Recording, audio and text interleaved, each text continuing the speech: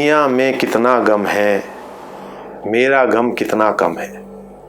जब दुनिया का गम हमें दिखने लगता है तो अपने गम हम भूल ही जाते हैं। इन पंक्तियों को सार्थक करते हुए आज हम एक शख्सियत का जिक्र कर रहे हैं जिसका नाम है सिद्धू ताई।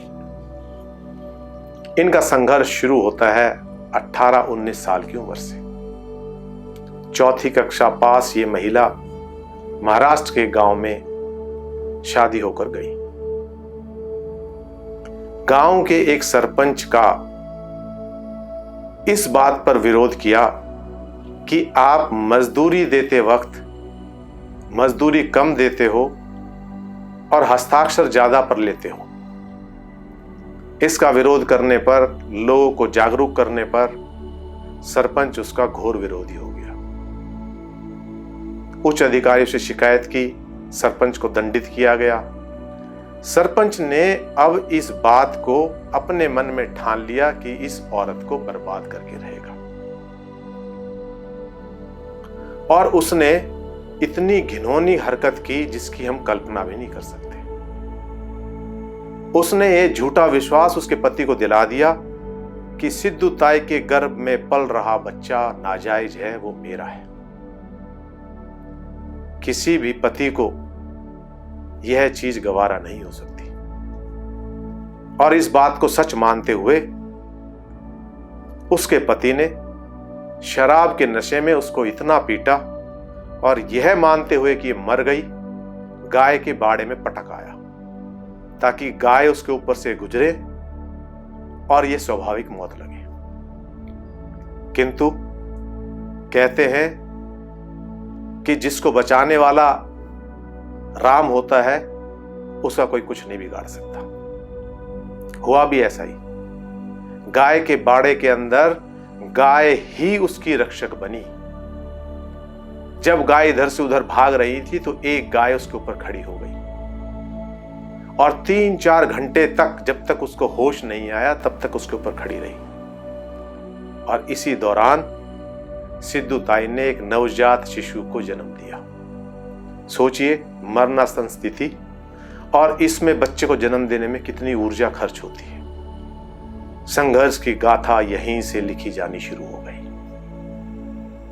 अपने बच्चे की नाल वहीं पड़े एक पत्थर के 16 वार करने के बाद उसने काटी।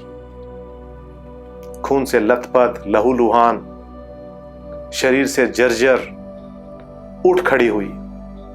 उसने सोचा, यदि मैं यहां रही तो मेरे बच्चे को और मुझे जिंदा नहीं छोड़ेंगे।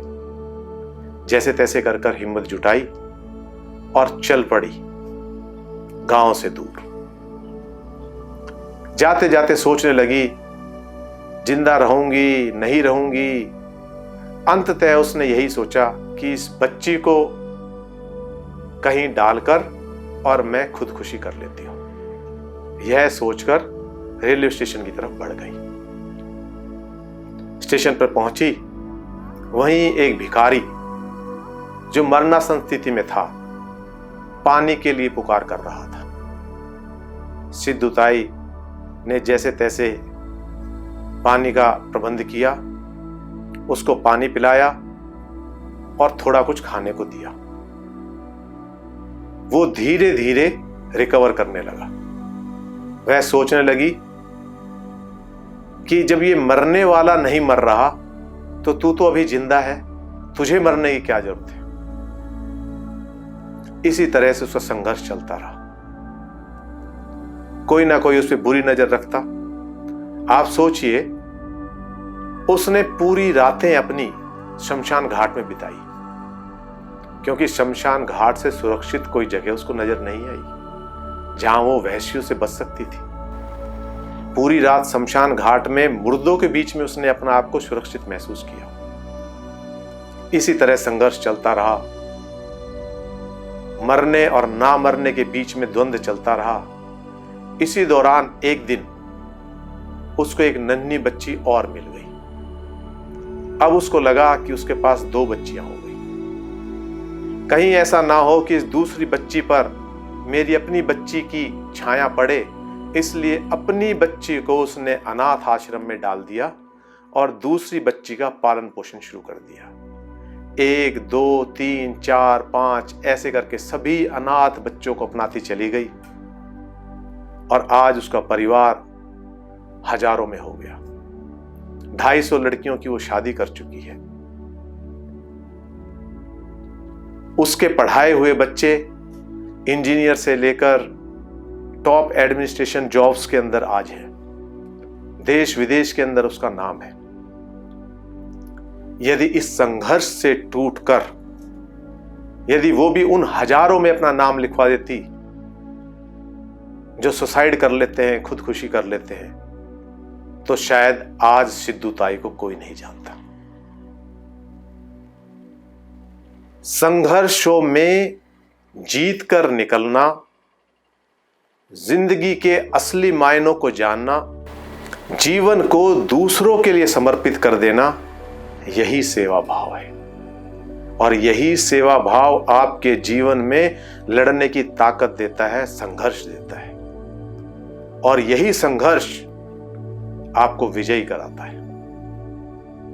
जिस दिन तक आप अपने दुखों को देखते रहते हैं, अपने गमों को देखते रहते हैं, तो आप दया के पात्र बने रहते हैं, दुनिया की दया की उम्मीद करते हैं, हर व्यक्ति के सामने हाथ पसारते हैं। लेकिन जिस दिन यही भाव बदलकर सेवा भाव में बदल जाता है और जब आप दूसरों की मदद के लिए निकलते हैं, तो आप मांगते नहीं हैं, आप संघर्ष करते हैं। तो आप हारते नहीं हैं, आप जीतते हैं। तो आप लड़ते नहीं हैं, योद्धा बन जाते हैं। और यही जीवन की सच्चाई आपको ऊंचाइयों पर, बुलंदियों पर लेके जाती है। अपने लिए मांगना, अपने दुखों में ग्रसित रहना आपको कुंठित करता है, आपको एक ऐसे गहरे अंधकार में लेके जाता है जहां से निकल पाना बहुत मुश्किल है। यहीं से स्ट्रेस से डिप्रेशन, और डिप्रेशन की गहराइयों में डूबते डूबते एक दिन कब आपकी सांसें थम जाए पता नहीं लगता। लेकिन जब हमारा ध्येय, हमारा लक्ष्य दूसरों के दुख को अपनाने का हो जाता है, दूसरों के लिए जीने का हो जाता है,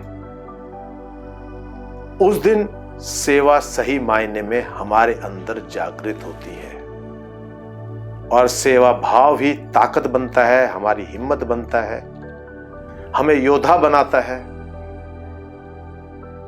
हमारे अंदर साहस देता है, हमारे अंदर बल देता है और हमें पूर्ण करता है।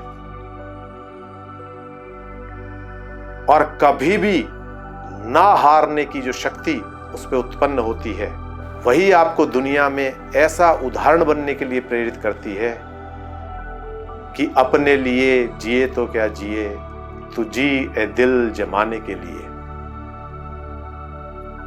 लाख हंसी सही सौबरतें गुलों की, मगर जिंदगी वो है जो कांटों के दरमियां गुजरे, जो कांटों के दरमियां गुजरे। मित्रों, अपने लिए तो सभी जीते हैं, औरों के लिए जीना ही असली जीना है।